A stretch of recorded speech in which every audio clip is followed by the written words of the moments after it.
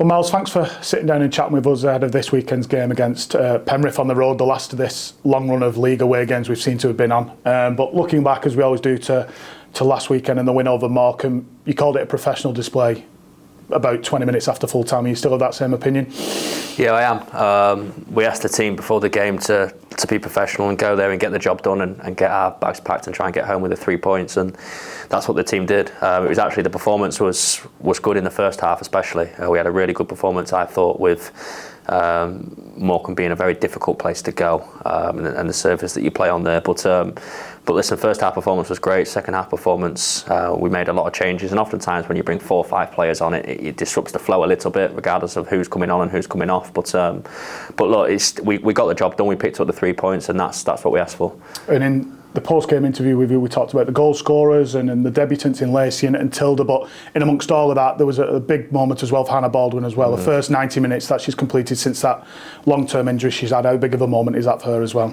Yeah, it's huge for her. She's had to be so resilient, bless her, and this journey. It's not easy for any footballer or athlete to be out for that amount of time. You know, football is what these people live and breathe, especially somebody like Hannah. And when you're out for 5.5 months, maybe 6 months before she's last played 90 minutes or whatever, then to get that moment and to get her through is incredible. I think credit has to go to Hannah for the resilience that she's shown, her teammates, for those that have been supportive around her, and also to our medical team and the medical staff and the people she's been working with, because you know, to get somebody back from such an injury is a big achievement, and the fact she's managed to get back this season and she's completed 90 minutes is unbelievable. The team are much better with Hannah in it, and we're delighted to have her back as full option now is available for selection. And looking at the performance before we round Morecambe off, just given what's at stake and obviously the pressure and the noise, and we're not shying away that we want this league title, it's almost in touching reach now, and the maturity in that performance must have really pleased you, that it was just we get this job done and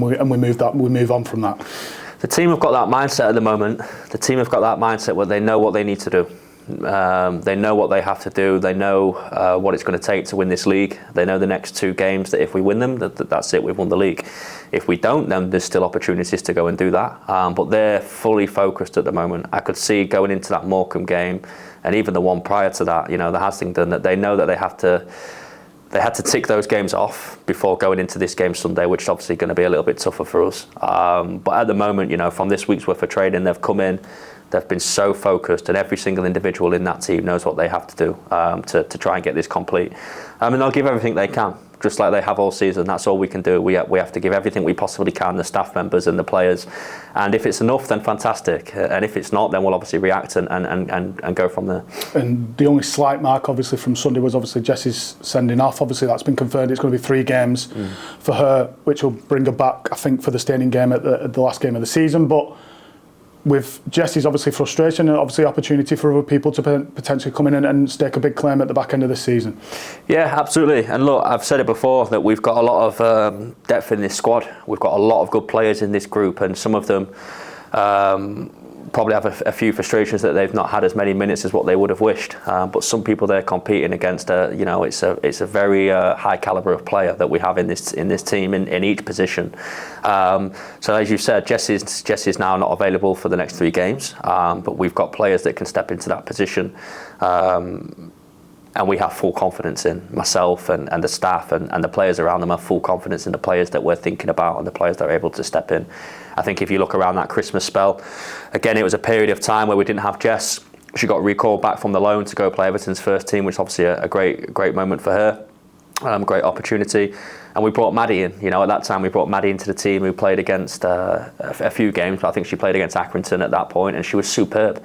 And she's been in and around the team ever since that point. Grace has since come and made a debut and has been superb, a hat-trick on her debut. Featured against Haslington as well and did well in the position we put her in. So look, we've got squad depth there, and there's a few things that we can do. We can move a few players around, and this team, the reason it's been successful all year is because of all of the 27 players we had. It's certainly not just been because of one. And looking ahead to the weekend now, Penrith, the only side this season to have taken points off you as well, obviously not too long ago either. So how do you approach this weekend in that road trip up there? The same way as how we approach most games. We make sure that we leave no stone unturned. We make sure that we look at the opposition inside out. Again, Owen's done a fantastic job on that. He's been on his laptop probably 23 hours out of 24 most days. And look, we have our identity, we have our way of playing, and we adapt to each opposition. There's a few things that we've seen in the Penrith game last time we played them that we think we can exploit. There's a few areas of weaknesses that I think we can hurt, and there's a few areas of strength that we need to be aware of. But look, it's obviously another away game. It's one that we're looking forward to, and again, as I said, the team are looking forward to it. I think they're happy now that we're at this stage, and they know that if we win this game, we put ourselves that one step closer to doing what we want and lifting that league title. And lastly, just to finish on Penrith before we close this off, but the message I'm guessing is going to be you've just got to focus on this game. You know what's around the coming in the next probably 10 days or so, but your focus has to be just winning this game on Sunday afternoon. Of course, it has to be that. We went through with the team the other day, a few possible options that can happen depending on how this result goes. But at the end of all that, we explained to them that forget about those games in the future, forget about that cup final, forget about the 2 league games. We have to focus on this Sunday. And if we get a positive result, then we make it easier for ourselves the weekend after. If we don't, then it's still very much in our hands. We still just have a little bit more work to do.